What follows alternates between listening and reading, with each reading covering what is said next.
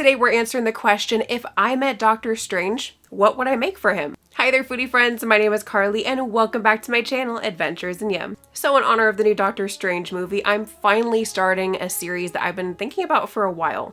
I figured that there's no better time than now to start this series with one of the main characters of Marvel's newest film. I love making things for people, especially desserts, so I think this is going to be a really fun series, but I need your help. So make sure to drop in the comments what comic book character or movie or TV show character or even celebrity that I should feature next in my If I Met So-and-So, What Would I Make Them series. For Doctor Strange, I'm making these Earl Grey and milk chocolate tartlets. We're starting with the shells. We roll out some of my homemade pie crust to about 1/8 inch thick. Of course, you can use some store-bought pie crust, but I highly recommend using homemade.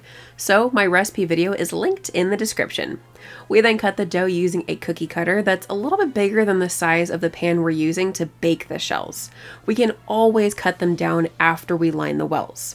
We don't want to cut the dough to match the size of the pan or a little smaller because if we try and stretch the dough to fit the pan, the crust will shrink while baking. Once we've sprayed the pan with non-stick cooking spray and we have the dough in the wells of the pan, we're pressing it along the bottoms and then the sides, making sure to not stretch the dough at all.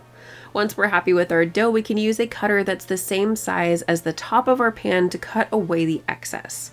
We use a fork to poke some holes in the dough and then we're baking these at about 400 degrees Fahrenheit or 204 degrees Celsius until they're golden brown, which should take about 12 to 20 minutes depending on the size of the wells in the pan. While baking, I noticed that the slightly bigger shells got a little bit puffy, so about halfway into the bake time, I use this pie press to press the dough back down and against the sides. Once our shells have been blind baked, we're letting them chill while we make our filling. The filling I'm using is a slightly adapted recipe from Everyday Foods YouTube channel, so I'll make sure to link that video in the description.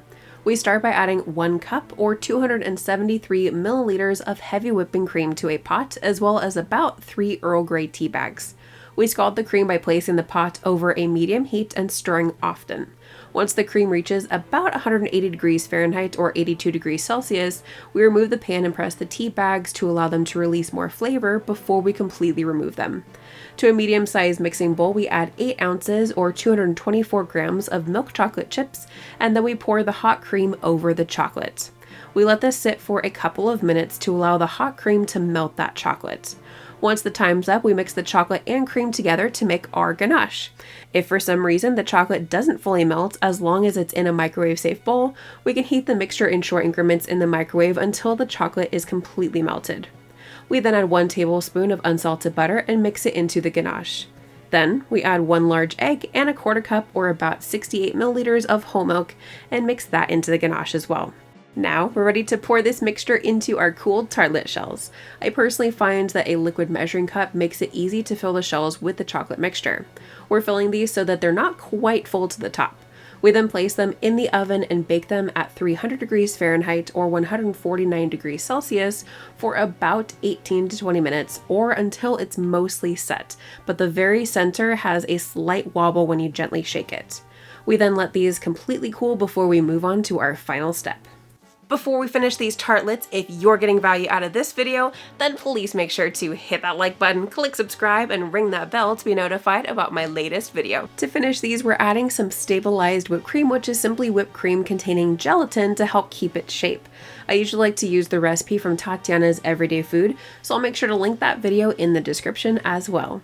Once the whipped cream achieves stiff peaks, we're using a Wilton 104 tip to pipe the whipped cream onto the tops of the large tartlets, and a Wilton 103 tip for the small tartlets. We hold the bag so that the rounded open end is right above the tartlet, while the pointed end is facing up and away from the tartlet. We then carefully pipe in a zigzag pattern across the top of the Earl Grey and milk chocolate filling. Stop piping and pull away, and that's all there is to it. I'll be completely honest with you, I am not a fan of drinking tea at all, so I was a tad nervous to try this, but I think that the sweetness from the milk chocolate balances the slightly bitter flavor of the tea really nicely. The ganache custard part is so creamy and rich, while the whipped cream adds a light creamy texture and the flaky pie crust provides a wonderful crunchy texture. I hope you give these a try because they're so easy to make and tasty. Let me know in the comments how you enjoy them.